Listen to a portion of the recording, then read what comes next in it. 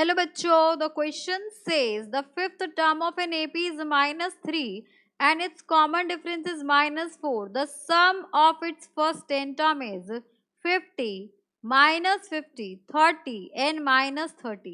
अब यहाँ पर इस क्वेश्चन को सॉल्व करने के लिए हमसे ये बोला गया है कि फिफ्थ टर्म जो एपी का है वो -3 है, अनकॉमन डिफरेंस -4 है, फर्स्ट 10 टर्म्स का सम बताना है।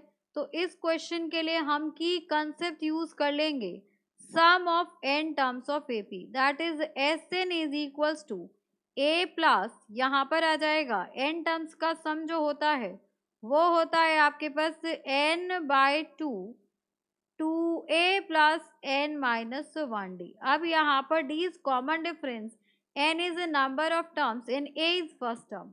अब यहाँ पर एक चीज और गिवन है कि ए एन जो होता है वो आपका a plus n minus 1d होता है, ये हमें पता है। और यहाँ पर हमें a फिफ्थ टर्म गिवन है, so a5 will be equals to a plus 5 minus 1 and d is -4।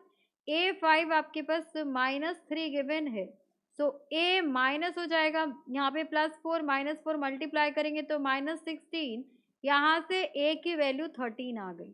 अब हमें यहाँ पर सम ऑफ फर्स्ट n टर्म्स बताना है 10 टर्म्स, तो n की वैल्यू क्या हो गई, जब 10 टर्म्स की बतानी है तो n आपके पास 10 हो गया, d हमें -4 गिवन है एंड a की वैल्यू हमने फाइंड आउट कर ली, वो हो गई आपके पास 13।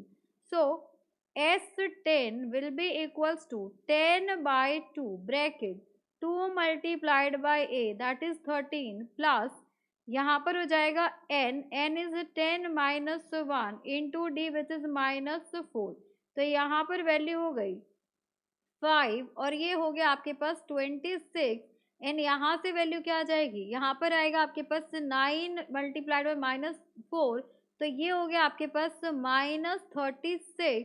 अब ये वैल्यू हो गई 5 multiplied by -10, so S10 will be equals to -50। -50 आपका ऑप्शन नंबर बी है, so for this question option number B, -50 is the correct answer.